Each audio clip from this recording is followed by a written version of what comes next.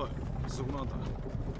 やっと目が覚めたか。やあ、闇のやり込みプレイヤーあかねちゃんやで、付き添いの葵です。今回はあかねちゃんのビルド紹介第1弾。錬金ウェアウルフやで。錬金ウェアウルフ。それは錬金術とウェアウルフを組み合わせた、これまでにない全く新しいプレイスタイルや、これまでにないってことはないでしょ。じゃあウェアウルフに有効なポーションって何がある？何って、あれ、最大体力上げたりスタミナ上げたり、あとは魔法耐性上げるくらいしかなくない？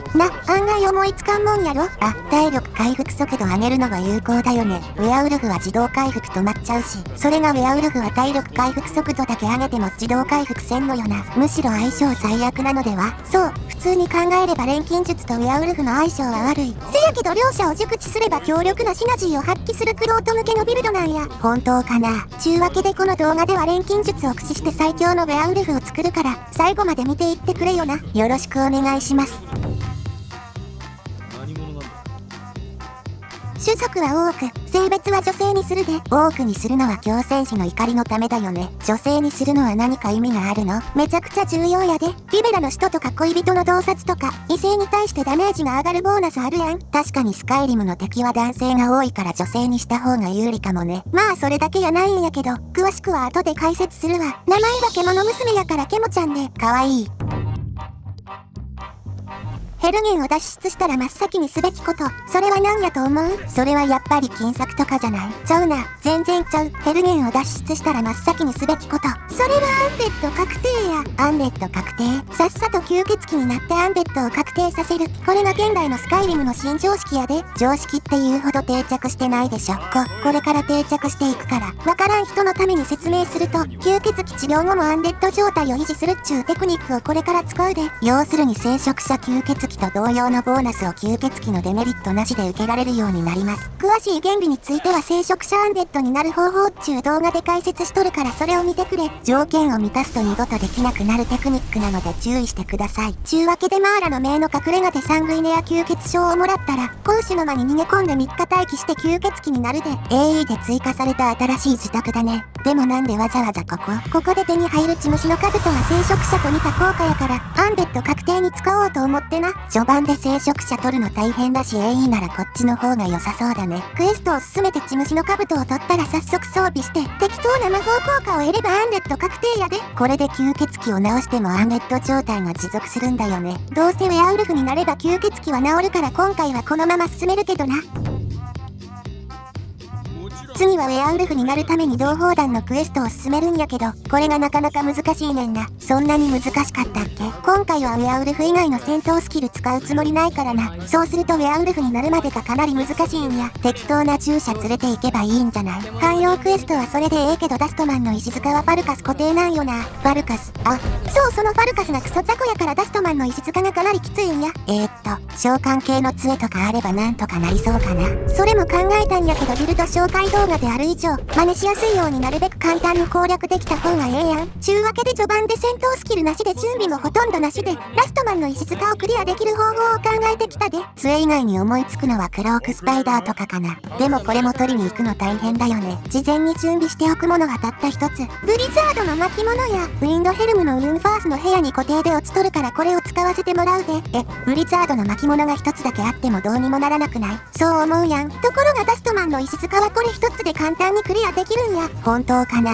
ほい、それじゃあ早速ダストマンの石塚攻略といくで。道中は基本ガン逃げや。まともに戦ってたらすごい時間かかるもんね。時間かかるとか以前に最初のドラウグル数体すら倒せるか怪しいで。そんなにまともな攻撃手段があればファルカスをおとりにしてればどうにかなると思うが、素で攻撃以外は使うつもりないからな。敵を倒しきる前に膝ついてこっちが狙われて終わりや。レジェンダリーの素で攻撃は全然ダメージ入らないからね。道中の安定性を高めるために強戦士の怒りも使っていくで。それ逃げスキルとして使う人初めて見た。念のため解説しておくが強戦士の怒りは多くの種族固有パワーで、1日1回60秒間物理ダメージ2倍と非ダメージ半減の効果やで。種族固有パワーでこれだけ突出して強いよね。多くは属性耐性とかのボーナスがない分パワーを強化してバランスをとってるんやろな。ウェアウルフに変身すると種族ボーナスは消えるからパワーが強い多くが最適っちゅうわけや。ところで死にそうだけど大丈夫？人間よりスキーバーの方が予備動作が少なくて厄介やな。強戦士の怒りはここで使うべきやったわ。スキーバーエリアさえ越えればあとはノロマのドラウグルしかおらんからな。ここまで来れば簡単に逃げ切れるで。ほいちゅうわけで最後に到着や。ここまでは順調だね。この後どうするの？まず待機してファルカスを呼び寄せるで。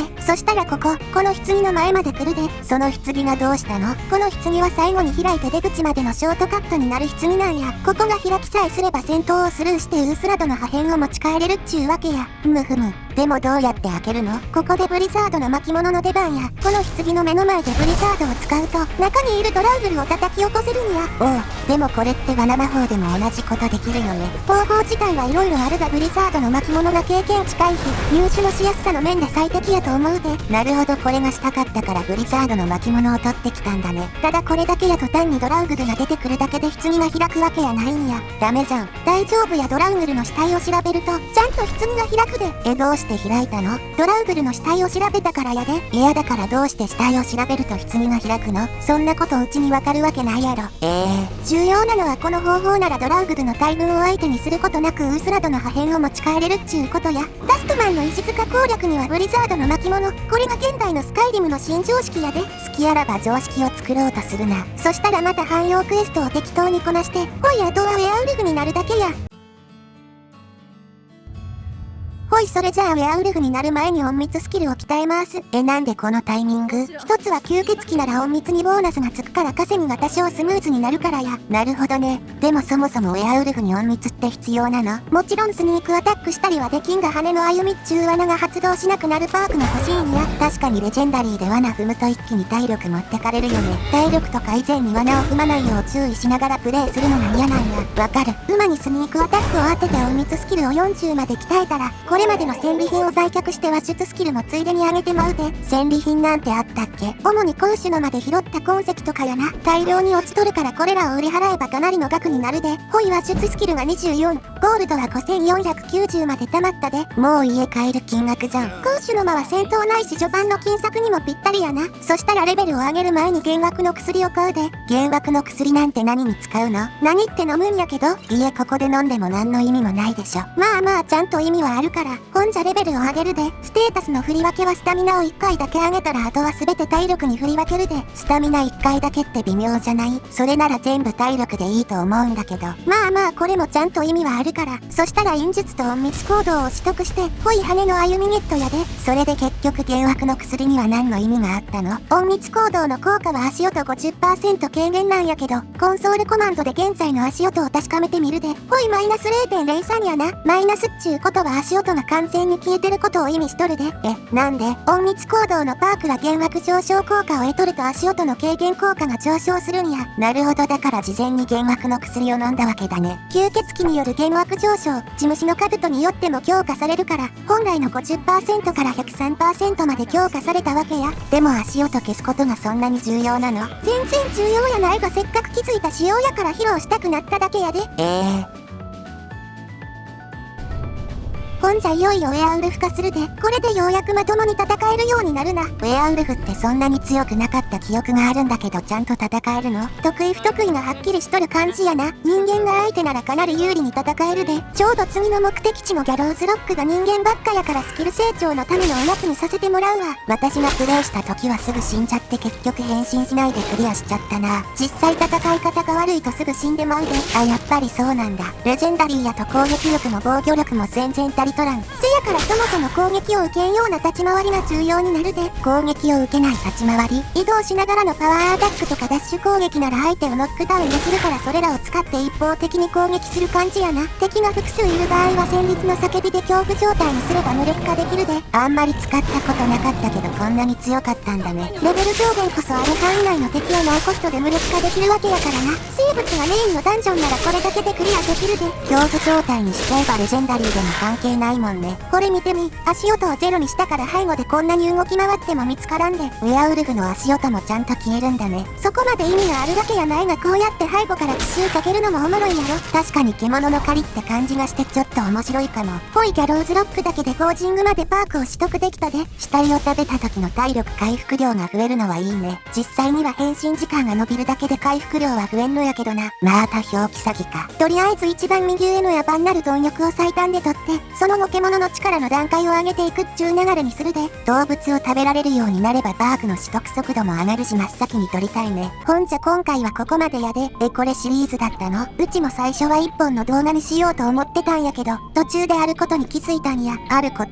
これ1本にまとめるの無理やなって。さいですか。ちゅうわけでそんなに長くならないと思うがこのシリーズもよろしくな。よければフォロー、チャンネル登録、いいね、高評価お願いします。ではまた次回。